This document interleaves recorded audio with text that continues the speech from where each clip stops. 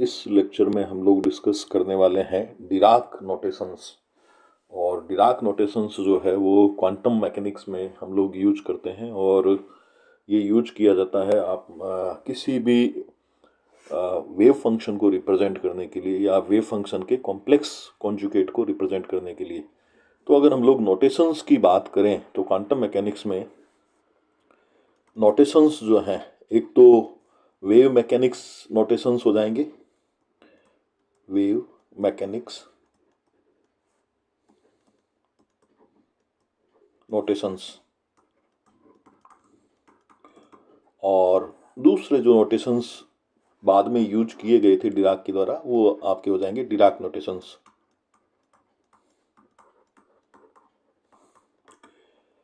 तो चलिए सीधा अपने टॉपिक पर आते हैं और पॉइंट्स के फॉर्म में हम लोग इस टॉपिक को डिस्कस करते हैं। पहला पॉइंट जो है वो ये है कि वेव मैकेनिक्स में हम लोग किसी स्टेट वेक्टर को या वेव फंक्शन को स्टेट वेक्टर या वेव फंक्शन जो होता है, वेव फंक्शन,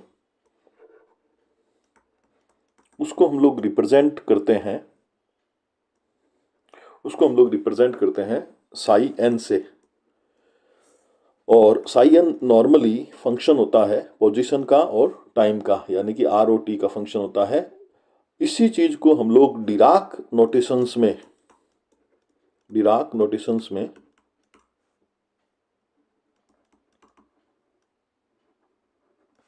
रिप्रेजेंट करेंगे इस तरह के सिंबल से रिप्रेजेंट करेंगे और इसको बोला जाता है कैट वेक्टर। इसको कैट वेक्टर हम लोग बोलते हैं। और कई बार हम सिंपली एन का भी यूज करते हैं और ये सेम ही है। आप चाहे तो साई एन यूज कर सकते हैं या सिंपली एन भी यूज कर सकते हैं, दोनों जो है कैट वेक्टर कहलाते हैं। तो डिराक ने इस तरह के नोटेशंस यूज किए थे इस स्टेट वेक्टर के लिए या वेव फंक्शन के लिए, इस तरह का नोटेशन यूज किया था।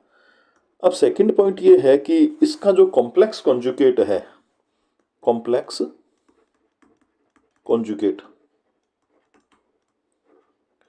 कॉम्प्लेक्स कॉन्जुगेट को मैं लिखूंगा साई एन स्टार, और ये आर ओ टी का फंक्शन है ही। तो इसको डिराक ने किस तरह से रिप्रेजेंट किया था, इसको डिराक ने एक नया रिप्रेजेंटेशन दे दिया और इस तरह से रिप्रेजेंट किया था। इस तरह से भी रिप्रेजेंट कर सकते हैं या आप इस तरह से भी रिप्रेजेंट कर सकते हैं। और ये जो वेक्टर्स दिख रहे हैं आपको, इनको डिराक ने ब्रा वेक्टर्स नाम दे दिया। ये ब्रा वेक्टर कहलाते हैं और ऊपर वाला जो है रिप्रेजेंटेशन वो कैट वेक्टर कहलाता है। तो ये सेकंड बात होगी कि दोनों पॉइंट्स को हम लोग डिस्कस कर रहे थे कि वेव फंक्शन जो होता है उसको हम लोग रिप्रेजेंट करते हैं कैट वेक्टर्स के द्वारा और इस तरह से लिखा जाता है, और उसका जो कॉम्प्लेक्स कॉन्जुगेट है उसको हम लोग रिप्रेजेंट करते हैं ब्रा वेक्टर के द्वारा और इस तरह से उसको लिखा जाता है। तीसरा पॉइंट हम लोग डिस्कस करते हैं कि इनर प्रोडक्ट जो है या स्केलर प्रोडक्ट जो है वो वेव मैकेनिक्स में कैसे लिखा जाता है और डिराक नोटेशंस में कैसे लिखा जाता है। तो स्केलर प्रोडक्ट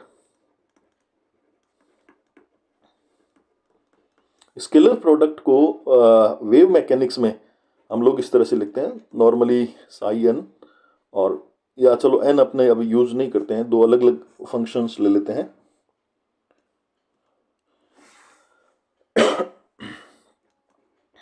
इस तरह से ये स्केलर प्रोडक्ट जो है वो वेव मैकेनिक्स में तो इस तरह से लिखा जाता है psi star as a function of r t और phi as a function of r t और d q are.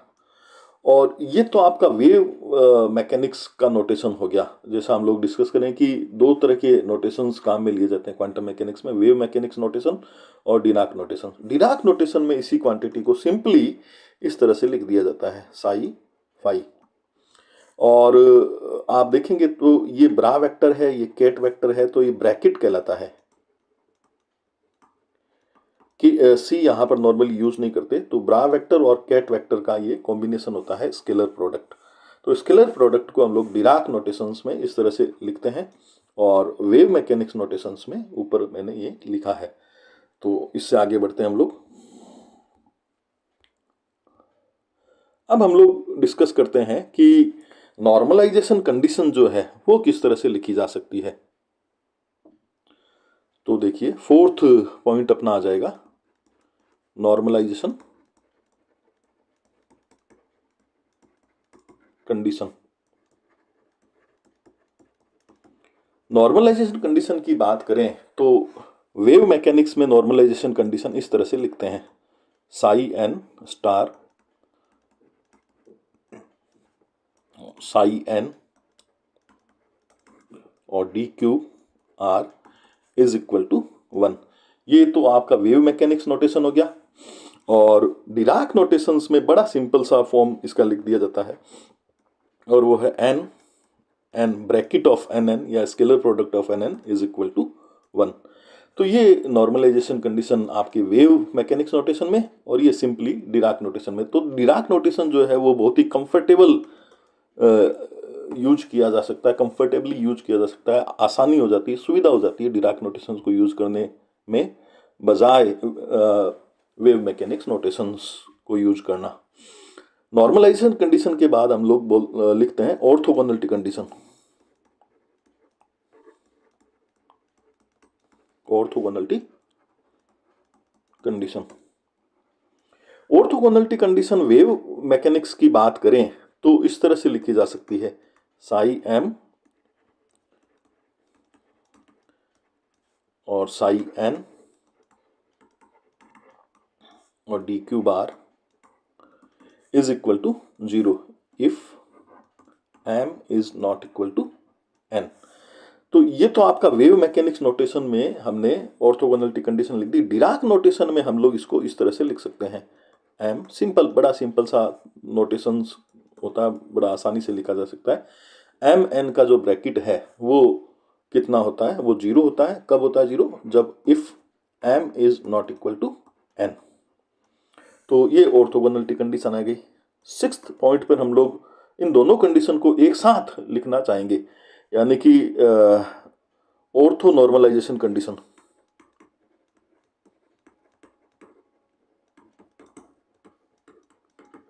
Ortho normalisation condition, orthonormalization condition को इस तरह से लिखा जा सकता है, psi m star as a function of r t, psi n as a function of r t और d cube r is equal to delta m n लिखते हैं। डेल्टा एम एन जो है वो डेल्टा फंक्शन है और delta function की क्या प्रॉपर्टी होती है? डेल्टा फंक्शन की प्रॉपर्टी होती है कि डेल्टा एम एन जो है वो बराबर होगा 1 के। कब बराबर होगा? 1 के, जब m is equal to n हो, और यही बराबर होगा 0 के। कब? जब m is not equal to n हो। तो ये डेल्टा फंक्शन की प्रॉपर्टी होती है और इसमें ऑर्थोगोनलिटी कंडीशन भी आ जाती है इस इक्वेशन में और नॉर्मलाइजेशन कंडीशन भी आ जाती है, दोनों एक साथ लिख सकते हैं। और ये तो ऊपर वेव मैकेनिक्स नोटेशन यूज कर लिया मैंने। और डिराक नोटेशन में हम लोग इसको बहुत ही सिंपल तरीके से लिख सकते हैं कि एम एन का जो ब्रैकेट है वो किसके बराबर होता है? डेल्टा एम एन के बराबर होता है। डेल्टा एम एन के बराबर होता है और डेल्टा एम एन की परिभाषा बिल्कुल यही होगी यहाँ पर भी, जो ऊपर यहाँ पर हमने वेव मैकेनिक्स नोटेशन में लिखी है। तो ये आपकी ऑर्थोगोनलिटी कंडीशन आ जाएगी। और आगे बढ़ते हैं। सेवंथ पॉइंट ये है कि expectation value of n operator यहाँ वेव मैकेनिक्स में कैसे लिखा जाएगा और डिराक नोटेशंस में कैसे लिखा जाएगा। तो expectation value of n operator, तो expectation value of n operator wave mechanics notation की बात करें तो इस तरह से लिखा जाता है। ये लिखा जाता है psi m star r t और ए और साई एम आर टी और डी क्यू आर। ये expectation value of operator in wave mechanics notation, wave mechanics notation में आपका ये रिप्रेजेंटेशन रहेगा। और यहाँ पर मैंने ये माना है कि साई एम जो है वो नॉर्मलाइज्ड है, यानी कि यहाँ पर क्या माना गया? साई एम क्या है? नॉर्मलाइज्ड है।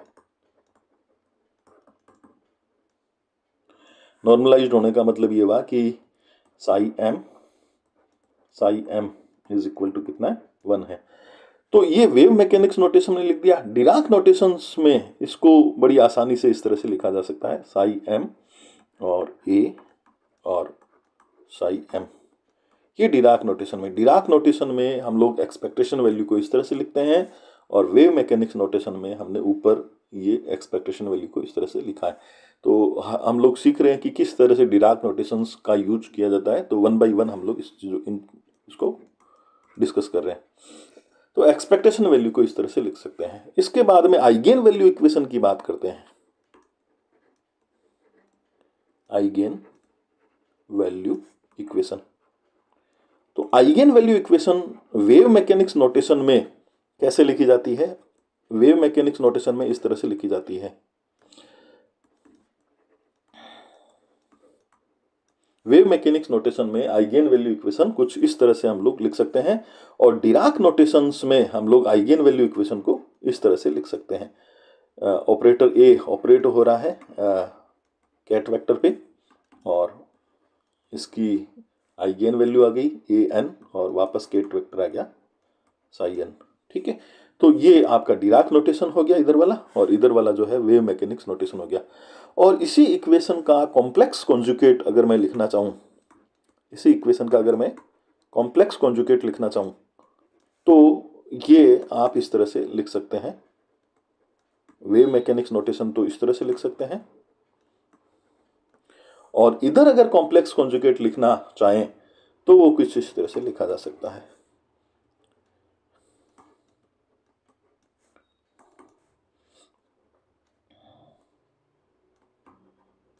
इधर लिखना चाहें तो इस तरह से हम लोग लिख सकते हैं।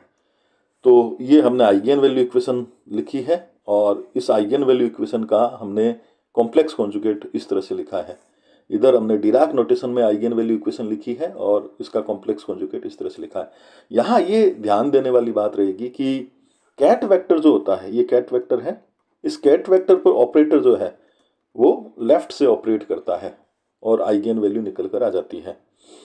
और ब्रा वेक्टर जो है, ब्रा वेक्टर पर ऑपरेटर जो है वो राइट से ऑपरेट करता है, राइट हैंड साइड से ऑपरेट करता है, इस तरह से ऑपरेट करेगा, और आइगेन वैल्यू जो है वो उसका स्टार निकल कर आता है। आइगेन वैल्यू का स्टार यानी कि कॉम्प्लेक्स कॉन्जुगेट निकल कर आता है, कॉम्प्लेक्स कॉन्जुगेट निकल कर आता है। और अगर ए आपका हर्मिशियन ऑपरेटर है तो हम लोग ये जानते हैं कि eigen value of A Hermitian operator is always real. तो ए एन स्टार और ए एन सेम ही होते हैं। तो वो कब होगा? जब ए आपका हर्मिशियन ऑपरेटर होगा तब होगा।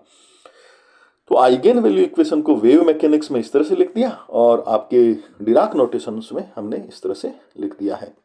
अब कुछ और पॉइंट पर हम लोग डिस्कस करने जा रहे हैं, जिसमें 9th पॉइंट ये है कि अगर कोई स्केलर क्वांटिटी हम लोग लेवें, और ब्रा और कैट वेक्टर के अंदर कोई स्केलर क्वांटिटी है, तो वो बाहर किस तरह से आ जाती है वो हम लोग डिस्कस करना चाहें।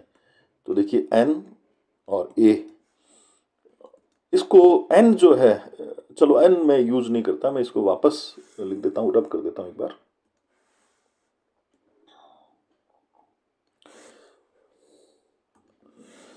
मैं लिखता हूं इसको ए एक स्केलर क्वांटिटी मान लेता हूं मैं, और ये लिख देता हूं साई।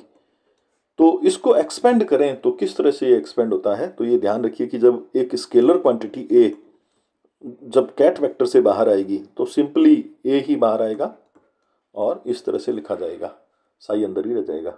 ठीक है, लेकिन जब यही आप ब्रा वेक्टर में यूज करते हैं, यही ब्रा वेक्टर में यूज करते हैं, तो ये ध्यान रखना है अपने को कि ब्रा वेक्टर जो है बेसिकली डुअल स्पेस का एलिमेंट होता है। डुअल स्पेस का एलिमेंट होने के कारण इसका ए का कॉम्प्लेक्स कॉन्जुगेट बाहर निकलता है, और यहाँ ब्रा वेक्टर रह जाएगा। ये अपने को चीज़ें ध्यान रखनी है कि किस तरह से एक स्केलर क्वांटिटी कैट वेक्टर से बाहर आएगी, और किस तरह से ये ब्रा वेक्टर से बाहर आती है। तो ये चीज़ अपने को ध्यान में रखनी है। तो ये आपका 9th पॉइंट हो गया। 10th पॉइंट में हम लोग डिस्कस करेंगे,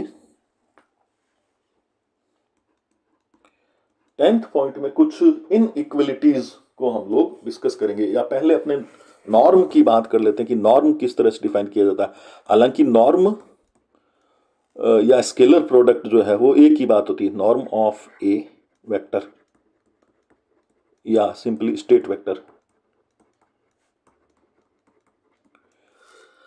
तो अगर हम लोग बात करें सिंपल वेक्टर की, तो वेक्टर का जो मैग्नीट्यूड होता है वही उसका नॉर्म होता है, और वो किस तरह से डिफाइन किया जाता है, ए डॉट ए और उसका रूट लेकर डिफाइन किया जाता है। तो ये मैग्नीट्यूड ऑफ ए वेक्टर इस तरह से हम लोग डिफाइन करते हैं। इसी तरह से यहाँ पर नॉर्म हम लोग डिफाइन करेंगे, और नॉर्म को डिफाइन करने का तरीका क्या रहेगा, नॉर्म को डिफाइन करने का तरीका रहेगा, स्टेट वेक्टर से रिलेटेड नॉर्म की बात करें तो इसको डिफाइन करने का ये तरीका रहता है, ये नॉर्म आ जाएगा। तो इस तरह से हम लोग नॉर्म को डिफाइन करते हैं हिल्बर्ट स्पेस में। ये हिल्बर्ट स्पेस के एलिमेंट होते हैं, क्वांटम मैकेनिक्स में जो स्टेट फंक्शन है वो एलिमेंट होते हैं हिल्बर्ट स्पेस के। और वेक्टर की बात करें, जो 11th-12th में वेक्टर अलजेब्रा हम लोग पढ़ते हैं, वो एलिमेंट्स होते हैं यूक्लिडियन स्पेस के। तो नॉर्म को इस तरह से हम लोग डिफाइन कर सकते हैं, norm of A vector. Norm basically vector का मैग्नीट्यूड रिप्रेजेंट करता है, और जैसा आप देख पा रहे हैं कि इस तरह से नॉर्म को डिफाइन हम लोग कर सकते हैं। तो चलो मैंने ये इधर लिख दिया। अब 11th जो बात हम लोग लिखना चाह रहे हैं वो है Shepherd's inequality.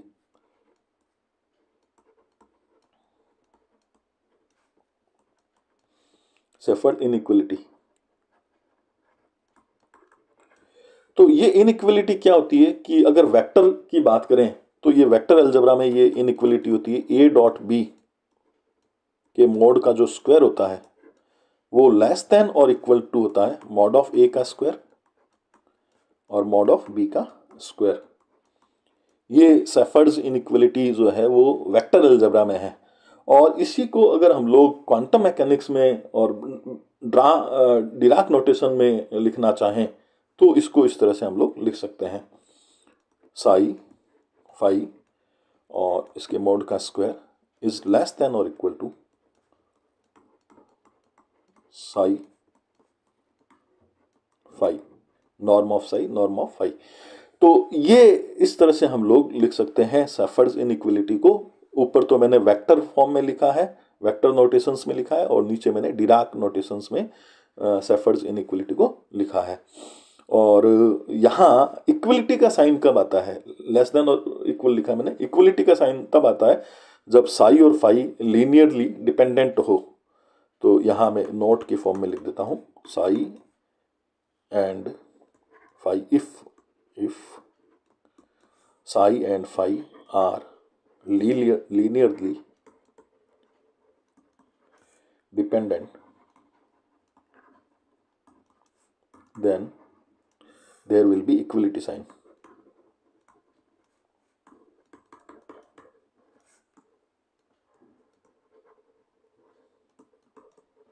There will be equality sign. तो यहाँ इक्वलिटी साइन तब आ जाएगा जब ये दोनों लीनियरली डिपेंडेंट हो, तब इक्वलिटी का साइन आ जाएगा। और 12th जो पॉइंट डिस्कस कर रहे हैं वो हम लोग ट्राइंगुलर इनइक्वलिटी को डिस्कस कर रहे हैं। ट्राइंगुलर इनइक्वलिटी, ट्राइंगुलर इनइक्वलिटी की बात करें तो वेक्टर अलजेब्रा में ट्राइंगुलर इनइक्वलिटी क्या होती है, ए प्लस बी का जो मॉड होता है दैट इज लेस देन और equal to mod of a plus mod of B.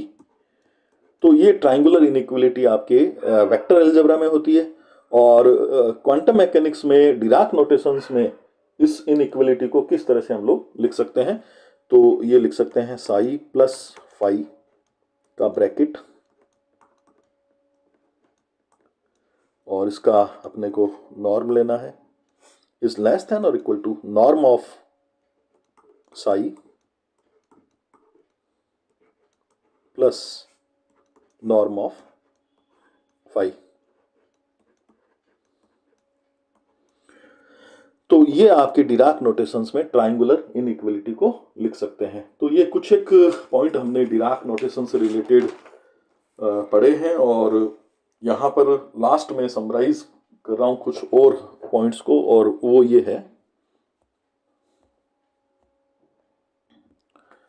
13th point ये है कि नोट के रूप में ही मैं इसको लिख देता हूं। नोट ये है कि दो कैट वेक्टर्स का मल्टीप्लिकेशन जो है वो डिफाइंड नहीं है, ये अनडिफाइंड है या फॉरबिडन है, इसका कोई मतलब नहीं निकलता है। फॉरबिडन क्वांटिटी है, दो कैट वेक्टर्स का प्रोडक्ट जो है वो फॉरबिडन रहेगा। और दो इसी तरह से दो ब्रा वेक्टर्स का जो मल्टीप्लिकेशन है वो भी फॉरबिडन रहता है, ये भी फॉरबिडन है। इनका कोई फिजिक्स के हिसाब से या इवन दैट मैथमेटिकल लॉजिक भी नहीं है, इसका कोई मतलब नहीं होता, ये डिफाइंड ही नहीं है, परिभाषित नहीं है ये।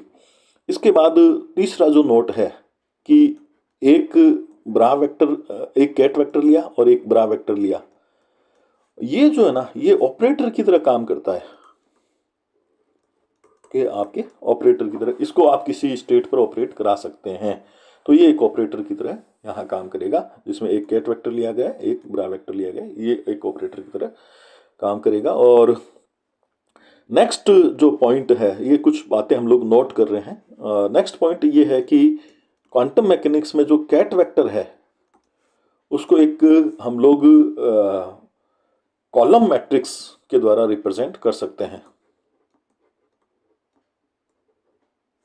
कॉलम, सही, एक बार इसको करेक्ट कर देते स्पेलिंग को।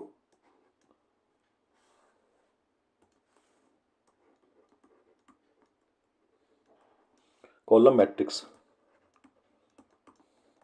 कॉलम मैट्रिक्स के द्वारा रिप्रेजेंट कर सकते हैं। इसका मतलब ये हुआ कि एक मैट्रिक्स इस तरह से हम लोग बना सकते हैं जिसमें एक कॉलम होगा और यहाँ पर एलिमेंट्स भर सकते हैं। तो कैट वेक्टर को हम लोग जो है कॉलम मैट्रिक्स के द्वारा रिप्रेजेंट कर सकते हैं, और ब्रा वेक्टर को हम लोग जो है वो रॉ मैट्रिक्स के द्वारा रिप्रेजेंट कर सकते हैं। रो मैट्रिक्स को रिप्रेजेंट करने का क्या तरीका होता है कि इस तरह से रिप्रेजेंटेशन रहेगा, और एक ही रो होगी, एक ही पंक्ति होगी, और कॉलम्स कितने भी हो सकते हैं, इस तरह से हो जाएगा। और यहाँ ये भी अपने को ध्यान रखना है कि ये जो मैट्रिक्सेस हैं ये कैसे एक दूसरे से रिलेटेड है। ये रिलेटेड है ट्रांसफॉर्मेशन और कॉम्प्लेक्स कॉन्जुगेट से रिलेटेड है। तो ट्रांसपोज भी करना होगा एंड कॉम्प्लेक्स कॉन्जुगेट भी लेना होगा, कॉम्प्लेक्स कॉन्जुगेट भी लेना होगा। यानी कि अगर मैं किसी मैट्रिक्स को इस तरह से लिखूं तो उस दूसरी जो मैट्रिक्स है, वो ये वाली जो रो मैट्रिक्स है, उसको प्राप्त करने के लिए इसका आपको ट्रांसपोज भी लेना पड़ेगा और इसका आपको स्टार भी करना पड़ेगा, जिसको आप सिंपली डैगर भी लिखा करते हैं, ये डैगर भी लिखा करते हैं। तो इस तरह से ये अपने पास रिजल्ट आ जाएगा, ये रो मैट्रिक्स आ जाएगी। तो इस तरह से हमने डिराक नोटेशंस को स्टडी किया है, और इस लेक्चर में हम लोग इतना ही करेंगे। नेक्स्ट लेक्चर में हम लोग इससे आगे बढ़ेंगे। Thank you.